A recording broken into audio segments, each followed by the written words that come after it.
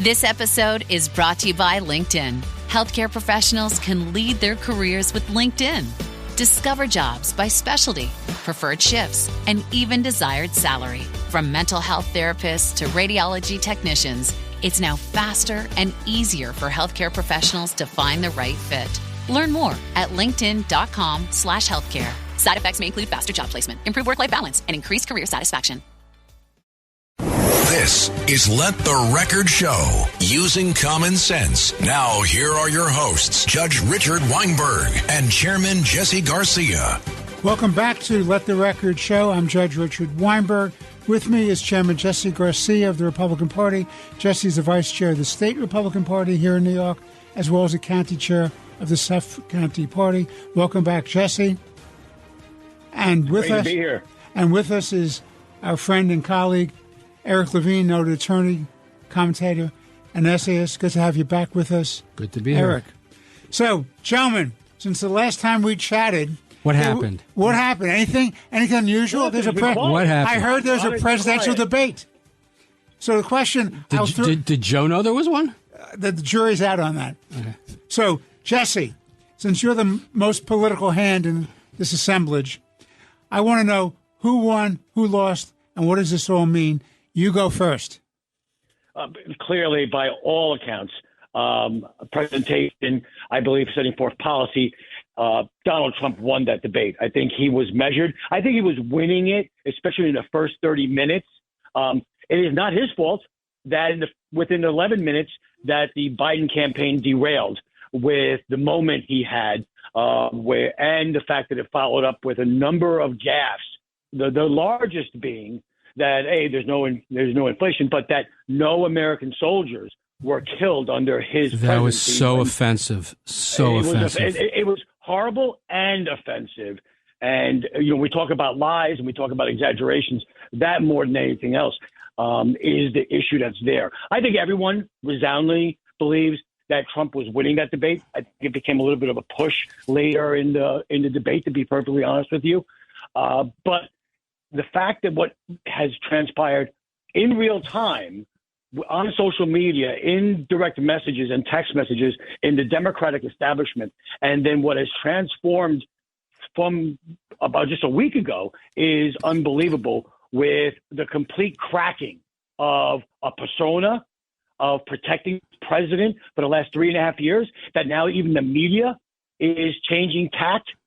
The fact that it is now imploding within, where the Biden family has been blaming the staff and the White House staff, and now this very tight ship, which has been there for 3.5 years, the insiders, the deep state, they're firing back and casting blame on the Biden family and on these issues, and that all these leaks are coming out about the fact that he's only cognitive between 10 and 4 every day. And behind closed doors. And only behind closed doors. Yeah. So now it's becoming more of an issue. And honestly, the Democrats are in a conundrum here. Number one, they have a Democratic civil war looming if they try to move on Biden as a presidential candidate. Number two, there's a bunch of legalities involved in how that could actually take place. Number three, if he's not competent and not able to run for the office, how will the American people trust that he can conduct himself over the next 6 months as president and the chief commander-in-chief of this country? This is, they put the Democrats and Biden put all their chips in the middle of the table, and in one fell swoop, one hand, they lost everything. Eric, what do you think? Well, first, let me just digress for the 1 second on the 13 service members, and then I'll get to the bigger picture. The reason why why it was most offensive when President Biden said no one died on his watch is because we'll all remember during the Afghan surrender and the withdrawal from the airport at the end, 13 service members were killed in a terrorist attack, and that attack was permitted because somebody gave an order that the Taliban should secure the perimeter of the airport. We still don't know who gave that order, but it was either the president or someone in the chain of command, obviously someone between the president and the chain of command, who gave that order. We still don't know who gave it, but 13 service members died, and the blood of those 13 service members are directly on the hands of Joe Biden. And for him to forget or at least deny that anyone died on his watch is grotesque. And of course, there's more than the 13 service members, but those lives can be traced directly to him. Well, but what about the 3 people who were killed by the Houthis with no meaningful response by this administration? Well, if you want to take a broader picture, there have been, since October 7th, there have been over 100 attacks against American service members in Iraq and Syria by either directly by Iran or Iranian proxies. And the United States has not had not one single meaningful response. We'll blow up a warehouse that has nothing in it, or we'll attack a barrack that some Iranian IRGC guys are in, but we'll give them warning so they can leave. There's not been a single meaningful retaliation for attacks on American service members. This administration is singularly failed in protecting members of our community that we have sent abroad and into harm's way. So that's why I found that so particularly offensive. As to who won and who lost the debate, I can't really say for certain that Donald Trump won the debate because Joe Biden just lost so colossally. You really couldn't think about anything else. For years, we've been told that this guy is the president of the United States, but we've always been wondering for quite some time whether or not he is a cognitively impaired octogenarian capable of governing. We now know he can't. He isn't. The question is how long that's been going on. And this administration, its supporters and its inner circle have a lot to answer for to the American people for lying to us for some period of time, whether it's been 6 months, whether it's been 2 years, whether it's been the entire administration. Respectfully, I think it goes back to when they hit him in the basement during the first campaign. Well, it's hard to know because that was also a smart political move. You hide him in the basement and just let Trump, rant and rave on his own. That was the strategy there. But it's certainly possible. But the answer is we just don't know. But what we do know is that we've been deceived. And I have every confidence that at this point, the American people are going to speak out in November, and they're going to be really mad. And I think the Biden team is going to take it on the chin. I am convinced that Joe Biden will be the nominee for a whole host of reasons. The first is, Richard, you were alluding to it.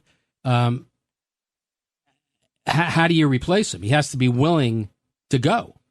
If he's there's no other mechanism to get him out. There's no other mechanism other than death or resigning the right. People who are saying they will force him out. I don't know who they are. They can't force him out. He has all the delegates, and the rules provide that they must vote for him in the first ballot. The other is, Jesse, to your point, he doesn't have to say I'm too cognitively impaired to run again. He could just say I'm tired. I don't feel like it. I've been thinking about it. I told you when I ran the first time I was just going to be this bridge to the next generation. So I've decided that I'm not going to run. He doesn't have to say I can't function. So he doesn't have to deal with that. But the other factor that a lot of people aren't considering is Ohio. Yes. You have to, in order to be on the ballot in Ohio, you must be nominated by August 9th. If he decides not to run and you get to that means it's going to be decided at the Democrat primary, which is after August 9th. That means there'll be no Democratic presidential candidate on the ballot in Ohio. So they will have conceded the entire state. I can't conceive of them doing that. So the strategy is to keep Biden on the ticket. Of course, he's getting advice from Jill Biden, who loves being first lady, and Hunter Biden. And how can you get bad advice from a drug-addicted, convicted felon, gun runner, whatever he was? So, of course, the advice... Not a possessor. Gun possessor, of course. So you ought to get the best advice from people like that. But what I find so humorous, it really is humorous. What is the strategy that the Biden team is saying? If you don't have me, you'll have Kamala. And she's just too incompetent. Right. That's the Biden strategy. Eric and Jesse, the strategy is he has to run for the nomination by campaigning against his own vice president. Exactly. He has to say, my vice president is so incompetent, you don't want her, you must have me. But as your friend, Nikki Haley, always points out, if you vote for Biden, you are voting for Harris, because this guy is not going to live through, one way or the other, for another 4-year term. That's 100% right. But I just find that I really just find that quite ironic. The only way that they can get him out, Jesse, to your point, I guess, is the 25th Amendment. But what is the 25th Amendment requires that the cabinet, the people who Joe Biden appointed, they owe their jobs to Joe Biden. And they're the ones who have been lying to us all along about Biden's capabilities, cognitive capabilities. Do we think for one moment that they are truly going to remove him from office and risk their own positions? I mean, just look at Merrick Garland. Why won't he release the Hurt tapes? It has nothing to do with executive privileges, he has said. There's no executive privilege here. He doesn't want to release it because it will merely confirm what everybody saw at the debate and had suspected before, that the guy is a cognitively impaired octogenarian imbecile, and he is not qualified to be president. But there's no way they're removing him. He will be on the ballot. In absence of some unforeseen event, Donald Trump will be the next president of the United States. Well, let me tell you, as I watched this unfold, I asked myself the question, have the Democrats caused their own potential political disaster? I think it's a lot more than potential. Absolutely. This self-inflicted wound. And Gerard Baker of the Wall Street Journal had this great column. He said, the Democrats deserve Biden, but does this country deserve to have Biden foisted upon us? And my view is the country does not deserve this, which leads me to the following. So let's say you get Biden out of there. What happens at this convention? Let's say it's an open convention. You're going to have a civil war in that convention. You're going to have the crazy factions fighting each other. How are you going to get a kind of reasonable consensus candidate and a united party is beyond me. And if they all say, well, okay, we'll use Kamala Harris as a consensus because, some of the black delegates are already making the noise. You're blowing away a black woman from this position. How dare you do this? They're hoisted on their own petard of identity and racial politics. They have a real problem here. And I do predict that there will be a civil war in the party. Either way, whether there's a fight to get him out or whether if he gets out, he goes forward, releases his delegates, and you see what happens in Chicago. And this all goes on while there are riots in the streets by the pro-Hamas supporters. Exactly.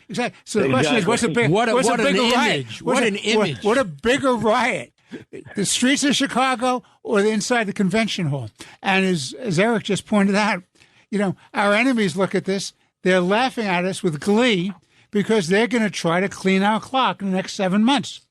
If they're not moving in every direction possible to take advantage of this opportunity, then my eyes deceive me about what they've been doing for the last 3.5 years during this regime. What do you think, Jesse?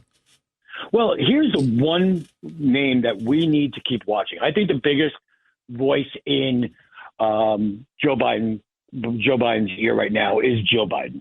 But honestly, out there, the second biggest voice out there is Congressman Jim Clyburn of South Carolina.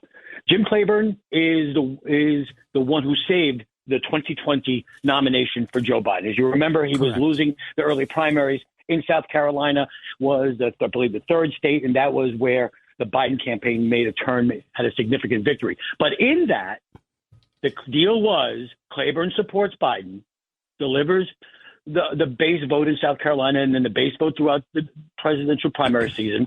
But he needed to put forward an African-American as the vice president. And I believe it maybe even went further, a vice presidential woman. But hold on a second. Kamala Harris is not an African-American. That's a great canard. Her father, one parent is from Jamaica and the other is from India. She has no connections to Africa. She's a person of color, but she's not an African-American. Wow. So we'll call it a person of color for that purposes. No matter what, though, just recently... Wait a second, Donald Trump is a man of color. He's the orange man. He's the orange man. This whole thing is just so farcical. I agree with you. Well, it goes back to what we've been saying. The selection of Kamala Harris was not in the first question I needed to be asked. Can this person run the country in my absence or in the time of my death? That's the one question that was never asked. That's the one question that was never asked.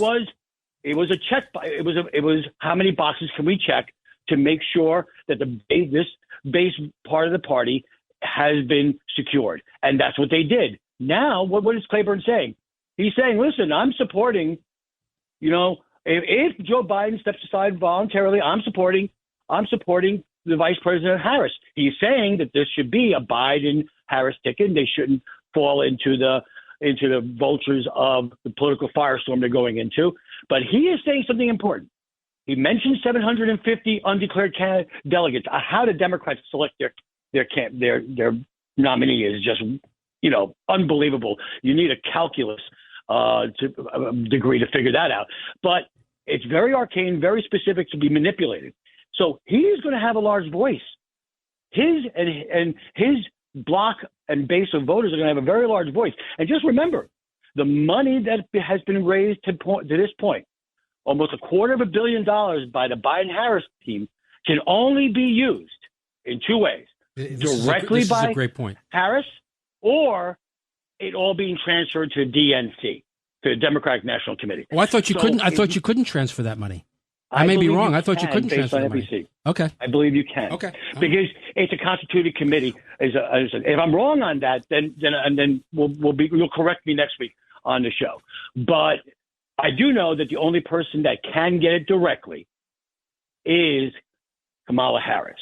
So there's a lot of building blocks here and stumbling blocks for anybody that's going out. And also, if I'm Newsom, I'm not sure. I'm looking at I know he, as the taping of this show, him and a bunch of Democratic governors are doing a wellness check at the White House at 6 p.m.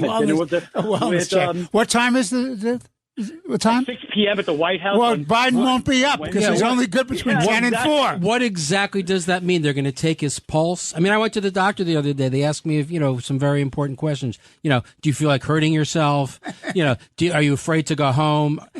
These are the kinds of, is this their wellness check? These are the type of questions we're going to be getting.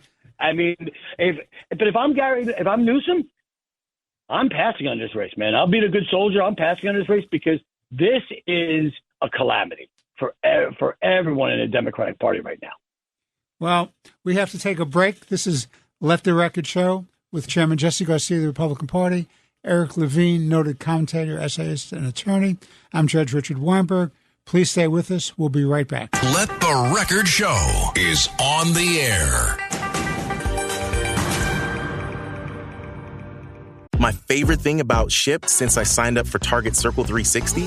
No price markups when I order same-day delivery from tons of local stores. Only a handful of alcohol retailers and items don't count. I won't lie, I've had too much fun being like, markups on groceries? Not in my fridge. Markups on pet food? Not for my DOG. Markups on tools, electronics, home goods, meds? Not in my house. Anyway, it's awesome. Order now at shipt.com/360. Terms apply. Morning decisions. A creamy mocha frappuccino drink? A sweet vanilla? Maybe a smooth caramel? Or that white chocolate mocha? Whichever you choose, delicious coffee awaits. Start your day with bottled Starbucks Frappuccino drinks. Pick up a bottle near you wherever you buy your groceries. Home means something different to everyone. But with Rocket Mortgage, home can mean even more. It can mean a college education, taming your high-interest debt, even a renovation. We've made it easier than ever to use your home equity. That home you worked so hard for, now it can work hard for you. Call 800-4ROCKET or visit rocket.com to find out more. Rocket Mortgage, LLC. Licensed in all 50 states. NMLSConsumerAccess.org. Number 3030. The rural way of life is about making everyone feel at home. Tractor Supply chose advanced 5G solutions from T-Mobile for Business to transform intelligent customer service. Together, we put the power of AI to work across 2,200 stores, keeping things running seamlessly inside, curbside, and countryside. This is elevated customer experience. This is Tractor Supply with T-Mobile for Business. Take your business further at T-Mobile.com/now. This is Let the Record Show. Now, here are your hosts, Judge Richard Weinberg and Suffolk County Republican Committee Chairman Jesse Garcia. We are back on Let the Record Show with Chairman Jesse Garcia of the Republican Party, Eric Levine, noted attorney, essayist, and political commentator. I'm Judge Richard Weinberg. So, there's a number of Supreme Court cases that came down in the last few days of this term, and I want to talk about them. But first, I want to talk about this immunity case. And let me just lay it out for our listeners. The Democrats are now campaigning against the United States Supreme Court. That is going to be, Jesse and Eric, one of their campaign issues. Blame Trump. You don't like this immunity decision. It's a terrible decision. They were in the tank for Trump. How dare they give him immunity? And that narrative, that riff, goes on and on and on from political commentators, people on television and radio writing columns, in meetings and speeches on the floors of the House, the Senate, wherever they can get an audience. That's their attack. The Democrats are campaigning against the Supreme Court of the United States. Now, let me give you my observations, gentlemen. Number one, this is shamelessness, the highest order. This is unethical conduct on the part of the President of the United States, Senate Majority Leader Chuck Schumer, Blumenthal, the U.S. Senator from Connecticut, who's a former Attorney General of the state of Connecticut, countless other Democrats. Why are they running against the Supreme Court of the United States? Because they have decisions that they don't agree with. These are the same people who lectured us when you had these trumped-up, forgive the expression, cases against Donald Trump with a judge, Marchand, who was being criticized for being partisan and who should have recused himself. They said, how dare you attack the judiciary and Judge Marchand? Now, since the situation is turned around, they have no hesitation in going after the Supreme Court of the United States. And that colossal idiot, one of the worst members of Congress in the history of the Congress, AOC, says she now wants to move to impeach the 6 justices who voted for have a party. Have at it. I mean, what is that about? So, Eric, I want to get your sense about this whole immunity issue. My view is very simple. The immunity issue is perfectly clear. During the course and furtherance of his official duties, he's protected. This is not about Donald Trump being protected. It's he as the president. You're fighting to protect the presidency. Otherwise, you're going to have these partisan warfares, these lawfare attacks that this administration has waged against Trump, against all the succeeding generations of presidents, whether they're Democrats or Republicans. This lawfare gambit has to stop. It shouldn't be done by the Democrats and it shouldn't be done by the Republicans. You have to respect the system, and you don't attack people because you don't like the results and you don't understand the legal issues. This was actually a very narrow issue that was before the court, and they properly decided it. Eric? Yeah, I agree with that 100%. And here's a perfect example. I mean, you're 100% right. It's about the office of the president, not Donald Trump or any particular individual. We all remember that Barack Obama, when he was president, I think he did 2 things that I agreed with. One was killing Osama bin Laden, but the other was killing this guy, al-Zawahiri. Al-Zawahiri was an American citizen, a U.S. citizen, who was living in Yemen, but was one of the leaders of ISIS. Obama ordered the drone killing of al-Zawahiri in Yemen. I say bravo. Great. It's the right thing to do. Does al-Zawahiri's family have the right now to bring a unlawful death claim against Obama because he killed him without due process? Of course not. That's insane. Because Obama was acting within the penumbra of his powers as president of the United States to protect and defend our nation. He was right to do it, and he deserves immunity for doing it. Now play it out going forward. Under the rubric of Joe Biden is a cognitively impaired octogenarian, if he doesn't have immunity, how about some families who've had their loved ones murdered by people who came here illegally because Joe Biden wouldn't enforce our immigration laws? Do they have a claim against Biden? Under their theory of the world, perhaps. But under the Supreme Court's rational decision, they don't, because his decision to enforce or not enforce the laws of the United States is up to him as president. He gets immunity. The remedy for that is either impeachment or you lose the next election. That's how it's supposed to work. Bill Clinton, another example. We all remember the pardon of Mark Rich. Who's Mark Rich? Mark Rich violated the sanctions on Iran by the oil embargo against Iran. He took payments and saw to it that he smuggled Iranian oil around the world. And then he was convicted. and then moved to Switzerland to escape incarceration. And his wife went to the White House. His wife then went to the White House and made a very massive donation to the Clinton Foundation. And then, lo and behold, right after that, Mark Rich was pardoned. Must have been a coincidence. Of course it was a coincidence. It just happened. Now, pardoning is within the penumbra, again, within the powers of the president. He can do it. The answer to that would have been, or should have been, but he wasn't there long enough, is either impeachment or if he ran for office, to not be reelected. It's really short-sighted, but the point is they understand that. Schumer understands it. Jeffries understands it. God knows what Biden understands. But it's all politics. It isn't that Chuck Schumer is so much just, criticizing the court for this particular decision. Chuck Schumer actually went to we all remember, he went to the steps of the Supreme Court and started screaming into a microphone, Gorsuch, Alito, Kavanaugh, you're going to reap the whirlwind. By name, he called them out. And reap the whirlwind. And then sure enough, people are showing up at Kavanaugh's houses with guns. It was just lucky they caught him. Exactly. He was going to kill Kavanaugh. Justice Kavanaugh, absolutely. And it's not beyond the imagination that it was Schumer who caused them to do that, or at least put the idea in his head.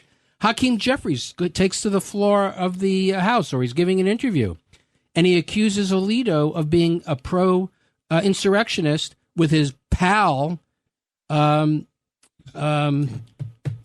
other justice, Clarence Thomas. Clarence Thomas, thank you. Just drew a blank for a second. Yeah, Clarence Thomas, his pal Clarence Thomas. Is this how you refer to Supreme Court justices? It's really disrespectful. But to your point, Richard, it's just at best it is just hypocritical because they're telling us how we should have fall all over the court, right. And no one's above the law and really care. I mean, Joe Biden, the Supreme Court ruled that you cannot forgive student debt. This is after he did it the first time. So you know what he said? I don't care what the Supreme Court said. I'm going to do it a second time and a third time.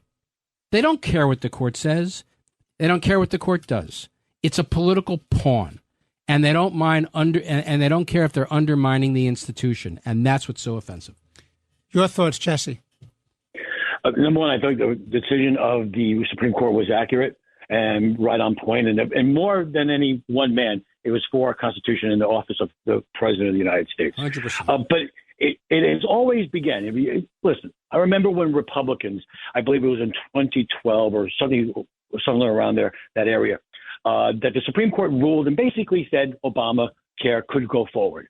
Republicans didn't take to the steps of the Supreme Court and called for their an attack on them or went after them personally. There were two. You're right. There were two cases, and by the way, both wrongly decided by the court, led by Chief Justice Roberts, who was a Republican presidential appointee, but nobody was riding, carrying on, and going the steps. You're right. Two cases. Exactly. And no one was talking about packing the court and changing the systems or impeaching justices.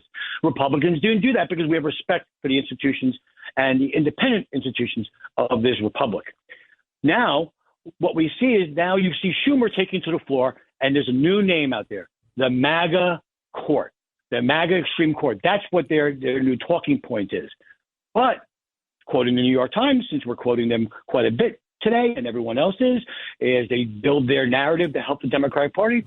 They stated that the justices of this Supreme Court reached unanimous or lopsided rulings in major cases, including ones letting the abortion pill remain widely available, 9-0, allowing the government to disarm domestic abusers, 7-2, restoring Mr. Trump to the Colorado ballot, 9-0. And endorsing the National Rifle Association's First Amendment rights and rejecting that premise of that lawsuit. I think that was 8-1.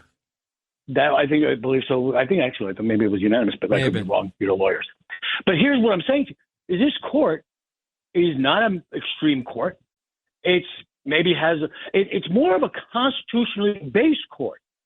It's defending and interpreting the Constitution on its face. It's not, I'm sorry, let me put it this way. It's not legislating from the bench. It's not an activist court.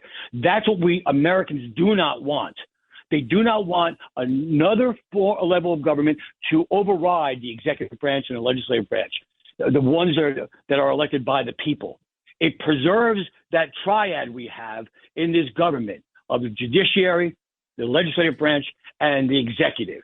It preserves what our founding fathers said. And I think it's appropriate this week, when we are celebrating the independence and the birth of this nation, that these decisions have come forward that reinforce that. I think it's irresponsible when they attack the Supreme Court, as they have been, the Schumer and Democrats, because when it goes to my point that I've said on several occasions, whether that court is the Court of Appeals in Albany or the Supreme or the Democrats in Washington, D.C., that these institutions cannot be weaponized. They cannot be legislative bodies. They need to be fair, transparent, and accurate to the constitutions or our state charters. Well said. So let me point out a couple of things. There was a Supreme Court decision involving a couple of the protesters on January 6th. Yes.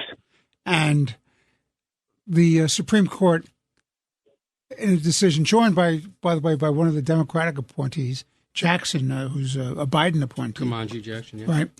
And they said that there was overcharging, misuse of a statute by Jack Smith, the special counsel. And what happened was, whatever some of these people might have done, the use of a statute that has to do with the destruction of documents is not the same thing with rioting. But yet Jack Smith used a statute that had to do with documents being destroyed for a case and try to use it for rioting. And that, by the way, gentlemen, is going to have implications with respect to what happened in the Alvin Bragg prosecution of Trump. Well, why? Why? No. Why? Because it's a signal. I'll tell you why here. Okay. It's a signal by the court to put overzealous prosecutors in their place and not use overbroad, overreaching statutes to get your man. Show me the man, I'll show you the crime. And putting together shows a mindset that they're hostile to that. So perhaps there will be an argument, a strong argument, if you have to go to the United States Supreme Court, for Trump in that Bragg prosecution, because you should not allow overreach by overzealous prosecutors. That's my point on that. Yeah, I mean, I think on that there was enough judicial error, reversible error in that case that you don't even really need that. I think the stronger point is, and this is why I don't think it really impacts what's going on in the Bragg case. I think the Bragg case gets overturned on its own. The statute they were relying on for this quote-unquote insurrection stuff, the January 6th stuff, was passed in the wake of Enron, and it was supposed to address financial crimes. This, you could call whatever you want what was going on the Hill on January 6th. It was not a financial crime. It was awful, but it was not a financial crime. Exactly. Correct. And it was overreach. Yeah. All right. So an interesting thing happened, by the way, and then we're going to have to take a break and continue this conversation now in our final segment of today's show. An interesting decision just came down by the United States Court of Appeals for the Second Circuit here in New York. And it said that an otherwise distinguished United States District Court judge, Louis Lyman, should have recused himself because his wife owned stock in one of the defendant banks. And they said as a result of that, under the federal guidelines, either whether there's an actual conflict or an appearance, and they said here there was an appearance, he never should have participated as a presiding judge in that case, and they reversed. And I submit to you, in the case of Judge Marchand, in the Bragg case, he had a specific state statute, Jesse and Eric, that said whether there's an actual conflict or the appearance of impropriety, when you have a connection to a personal interest by a family member, which includes his daughter, who's a political operative and fundraiser, who's made a lot of money for herself and a lot of money for the Democratic Party, and Marchand himself, who gave to political candidates and to anti-Republican groups. He never should have presided over that case. So if you have an honest bench, Appellate Division or New York Court of Appeals, if they read that decision from the Second Circuit, they should say the same moral and ethical precepts should govern. The case should be reversed just for that. With that, I will say we'll be taking a break. We'll be back in a moment with our final segment of Let the Record Show with Chairman Jesse Garcia of the Republican Party, Eric Levine, noted attorney, commentator, and essayist. I'm Judge Richard Weinberg. Please stay with us. for more interesting conversation. This is Let the Record Show. 5 immersive worlds, 1 amazing theme park. Get ready to explore the all-new Universal Epic Universe, featuring the wizarding world of Harry Potter, Ministry of Magic, Super Nintendo World, How to Train Your Dragon, Isle of Berk, and Dark Universe. Epic Universe, now open at Universal Orlando Resort. Our universe will never be the same. Tickets and packages on sale now at universalorlando.com.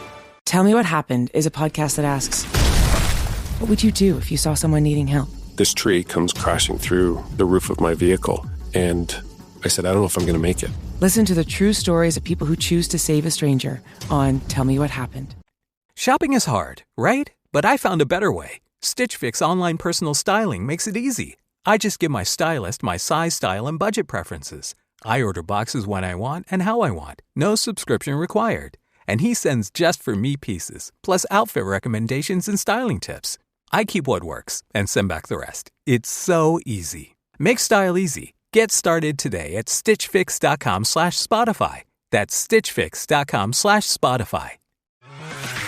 Build professional skills this semester with Adobe Creative Cloud and create standout work both in and out of the classroom. Save big on professional creativity tools. Students get 65% off Adobe Creative Cloud, including Photoshop, Illustrator, Premiere Pro, Acrobat Pro, and 20+ creative apps. No matter what project you're working on, Adobe Creative Cloud apps can help you take it to the next level. Visit adobe.com/student to learn more. This is Let the Record Show, using common sense. Now, here are your hosts, Judge Richard Weinberg and Chairman Jesse Garcia. We're back on Let the Record Show with Chairman Jesse Garcia, the Republican Party, noted attorney, essayist, and commentator Eric Levine. I'm Judge Richard Weinberg. There were 2 other cases that the Supreme Court ruled on, which I think are very, very important for the future of this country. And let me put them out there for you, and then we'll discuss them. The first one was a challenge to the power of local governments, municipalities, and even states to go after homeless encampments and street blockages and taking over the streets of our cities and our communities. It's crazy.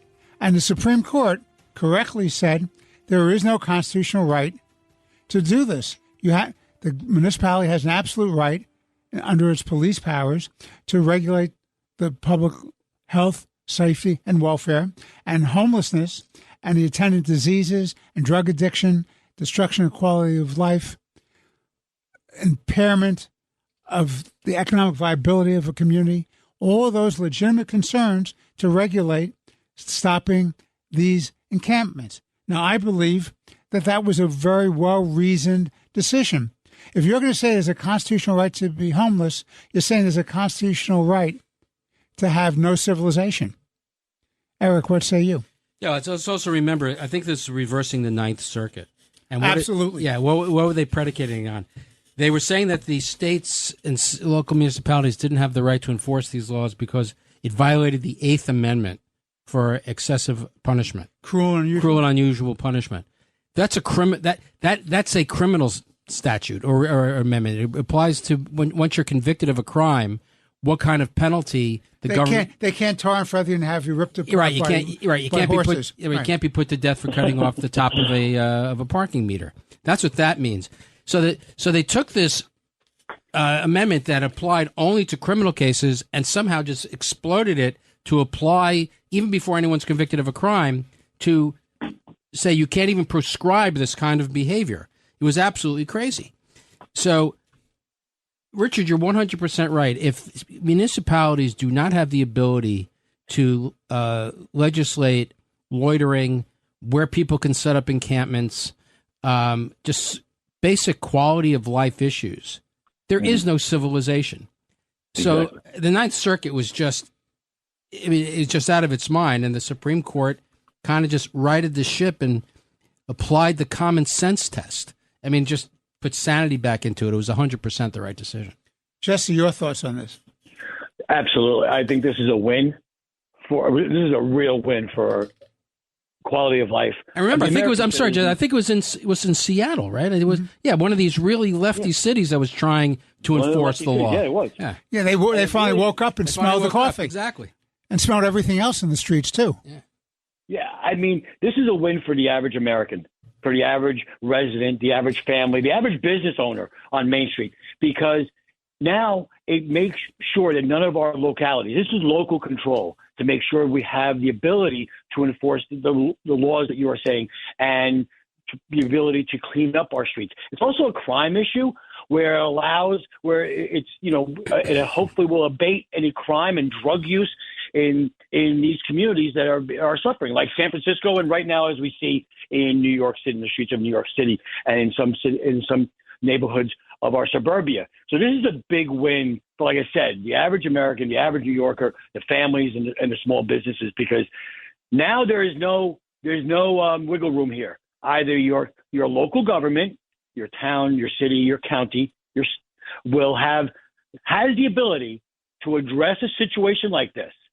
And if they choose not to, it's not because it's the law. It is because of their policies that are preventing it. It's now it's the full responsibility of those elected officials and those people who work under them in these municipalities. That's exactly right. They don't have the cover saying there's nothing we can do. They don't have the cover. Exactly right, Jesse. Well said. All right. The next case I want to discuss with you is the so-called Chevron doctrine case. It's a very famous case amongst the lawyers, and fundamentally, in its most basic terms, it was a case that went before the Supreme Court of the United States and said that courts have to give deference to the determinations and judgments of administrative agencies when they're interpreting federal statutes. And if there was a reasonable interpretation of it, even though there wasn't a clear and absolute grant of authority to them to regulate in that area, it's okay as long as it's a reasonable interpretation. This has been attacked literally from the day the decision was decided, because what it fundamentally did, Jesse and Eric, is it created a branch of government. They've called it for decades now the dark state, the fourth branch of government, the administrative state. But what this case, Chevron, did was so empowered administrative agencies that you could have runaway administrative agencies taking broad language without an express grant of authority by the legislative branch to the agencies to make rules and do whatever they wanted. Now, why is that important? This is not just some obscure administrative law or constitutional law question that we could discuss in law school. This has to do with what government public policy does for or against the interests of the American people. Through these administrative agencies, they were telling you that you could curb the number of gas-powered cars that could come through without a grant of authority. They were telling you that you had to turn off your gas stoves. They were telling you that you had to change a certain kind of light bulb. They were telling you that you couldn't use certain kinds of chemicals, in cleaning products. They were telling you you could do this, but you can't do that. They had enumerated lists. And what these administrative bureaucrats, this fourth branch of government, was doing is every morning they woke up and they came up with a list to regulate our lives and our freedom of choice. Not the marketplace, not our free choice as citizens, but what these unelected bureaucrats decided was good public policy in their own mind. And this was a disaster because it gave them legal cover to do what they wanted to do, and they kept pushing and pushing and pushing it. And a lot of the times it was being pushed by the White House, especially this administration, and said, go to it, guys, regulate the hell out of our economy. What do you say, Jesse? I think that this is a strike down against the evilest of empires anywhere on the globe. It is the deep state bureaucracy that lives within our government. Kim Jong-un says thank you. Exactly. This is basically taking the power that was abused. It was a power given to them for simple, as you said, simple interpretations that were left vague in certain in laws being created, because every law can't be created to take in every type of possibility. This deep state bureaucracy, the bureaucrats that they feel that they're entitled that this is their government, this is their society, that this is the way things are going to be, no matter what it costs or how it harms people. This was a strike against them. This was a win for the small guy, for whether you're a small business owner, industry, families. Again, it is to make sure that bureaucrats don't run this government and don't determine which industries and which businesses survive or which fail. Eric. Yes, I mean, I think it's even more basic than that, what the Supreme Court was doing here. For those of us who took civics, I don't think they physics. No, I can never pass. Physics I took, but I became a lawyer because I can never take physics. But civics. There you go. We generally learn that Congress makes the laws, passes the laws, the executive branch enforces the law, and the judicial branch interprets the law. And what Chevron essentially did was take away from the judicial branch the power of interpreting the law and gave it to the executive branch and these unelected administrators, Richard, that you're talking about. So they're kind of putting everybody back in their lane. I mean, one of the great examples that we used to point to is the EPA during the Obama administration. The EPA was given powers by Congress to address waters, navigable waters. They had the power to do that. And they brought a case, the EPA did, against some farmer who had burrows. He would farm his land, he'd plow his land, and water would collect in the little burrows between where he had plowed. And they decided they could regulate that. That was navigable? Because it was navigable by what? Because the water would seep down into the water table and get into the navigable waters. Talking about stretching, it was just insane. I believe at the time that was ultimately struck down because it was not a reasonable application. But it just shows the potential for abuse. And all the Supreme Court was saying is, remember your civics class. Don't worry about physics. Remember your civics class. Congress passes them, the executive branch enforces them, and we'll tell you what they mean. And that's all this is. It's just saying we're going to live by the Constitution. Imagine that. Well, let me change gears here for us, gentlemen. The short answer is that do you trust your government? Are you Karnak? Is that what it is? That's right. Karnak. The short answer is, do you trust your government? And there's ample reason not to trust the government. They hid from the American people, aided and abetted by the chattering classes and the media, the mainstream media, the total lack of ability and cognition of this president of the United States. They hid from the fact that they had made somebody vice president of the United States a heartbeat away from the presidency, a raging mediocrity, had no real experience and no real accomplishments. She was there, as Jesse points out correctly, because she checked the right boxes. Okay? Well, that's pretty bad. But I'll tell you what really upset me, and I have to go back to our friend Miranda Devine of the New York Post, who wrote the book, The Laptop from Hell. Remember, they shut Miranda down in the 2020 campaign. They shut her down. They wouldn't, all the social media wouldn't print her stories. If she was interviewed, they wouldn't play them.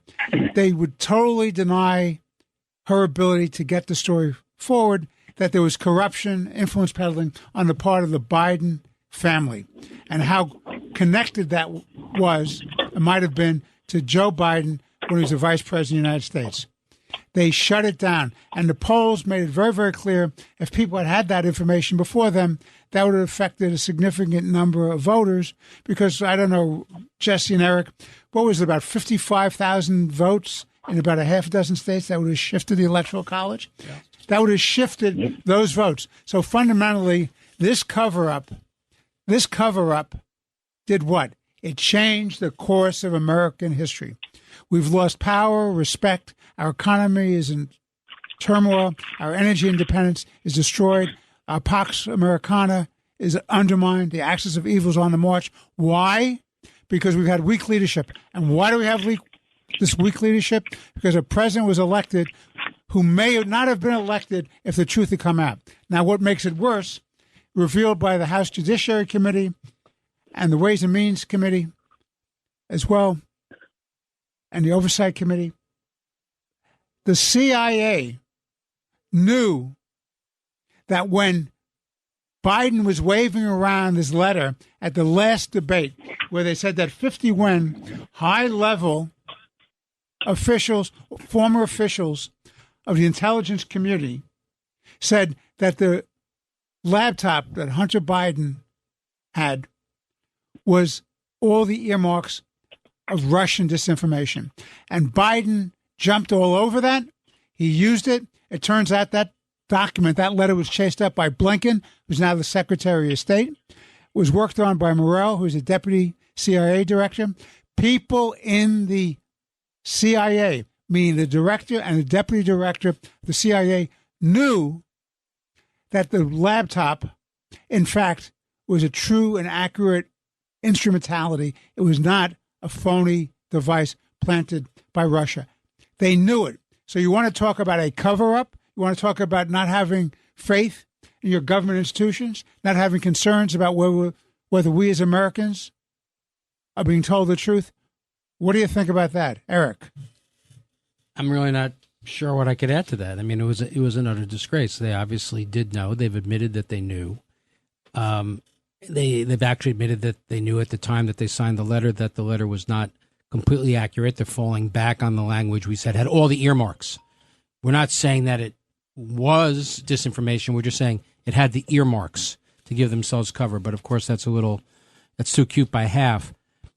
I'm not really sure what you say to that, because it really does undermine the integrity of government, and people do lose faith in their institutions. But they just don't seem to care. That's why I've come around to the view. Look, I will never say that January 6th was a legitimate form of protest. It wasn't. It was not. And people who broke in there and assaulted cops or broke into rooms or stole papers, they should be prosecuted and they should go to prison. But for Democrats to make the argument that you can't vote for Donald Trump because he doesn't care about our institutions, he doesn't care about our democracy, and he doesn't care about undermining our way of life, well, that argument may have currency if you do. But this is a perfect example of demonstrating that the Biden administration and Biden himself and the people he surrounds himself with don't care.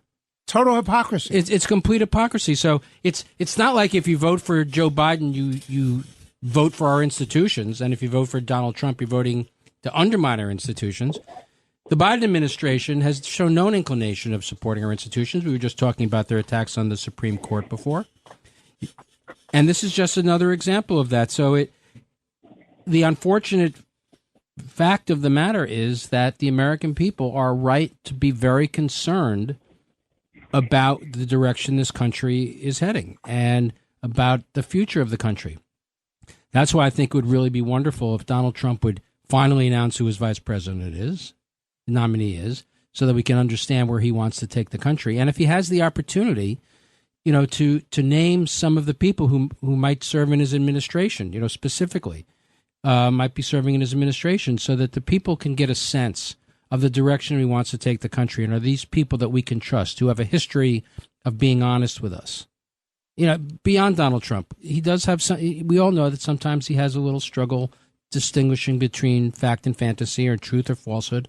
But one of his great achievements in his first administration was that he surrounded himself with some really top quality people, and they really did have some great achievements. So I think it would be helpful if he did that to give us a little comfort. But you're 100% Richard. You're right, Richard, that people have every right to be concerned about the erosion of our institutions, because it doesn't appear that the Democrats care. Jesse. I think that one of the things that has really maybe jump-started the distrust of the American government, of all governments, are those governments, on top of what you have said about how we got to where we are with the laptop and such, and the lies and the deep state and all that such. But when the government starts mandating you to do things, mandating vaccines, mandating masks, mandating closures, and they stand there and they just simply did not even consider an opposing view. It was, you must do this. And I believe that issue during COVID, the closing of the schools, the closing of our economy, the closing of our communities, and then providing a vaccine, not being transparent on how it is, on its impacts. It was just like, take this or you're a pariah, and you're not allowed to go into restaurants or Broadway shows or movie theaters or hold a job. Or hold a job. If you're a cop or in the military, yeah. And how many nurses they lose on Long Island because of that. Exactly. You know, before the vaccine, the nurses were revered. And then when they shot back and said, well, I don't want to be mandated. Whenever the government mandates you to do something, tells you you must do something, the natural inclination is no from the American people. And I believe that, especially now, everything that's come out from Fauci, everything that's come out from the Wahoo laboratory, everything that the science did not back up what we were told 2 or 3 years ago, that has fostered a deep distrust in this country that goes far, I believe, far deeper than a distrust for our government telling us the truth on foreign policy or in politics. I guess every American citizen, I deal with voters all the time, they kind of have it think that politicians are politicians. We look at the definition of politician and, if I'm not stealing your lollipops, I'm kissing your babies. It's that type of issue. But when you're dealing with someone's health, and then someone's health, both economically, physically, from a health point of view and such, that's where I believe this disdain and this distrust for government is going to be felt far deeper the next time there's a problem. Right. I have to, we only have about a minute. I have to make a statement to our listeners and to you, Jesse, and to you, Eric. Mayor Adams has proposed, not formally yet, but he's indicated that he's going to propose the nomination of Randy Mastro to be Corporation Counsel of the City of New York.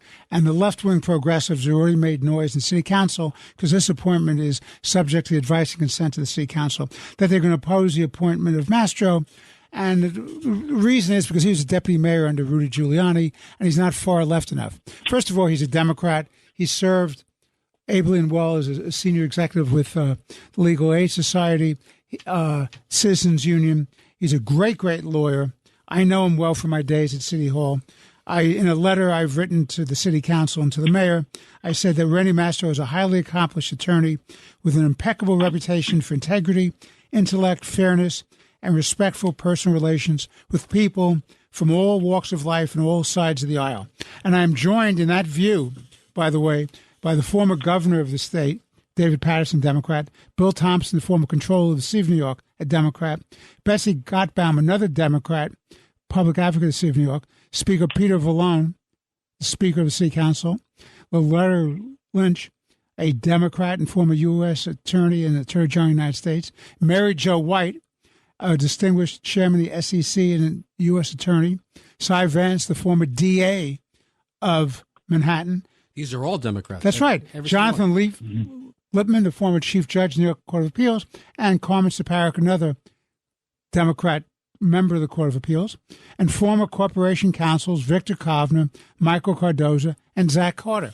So this is a very distinguished appointment, and the City Council should rally behind having a great lawyer, a man of integrity, and a real public servant. We'll be lucky to have Randy Mastro.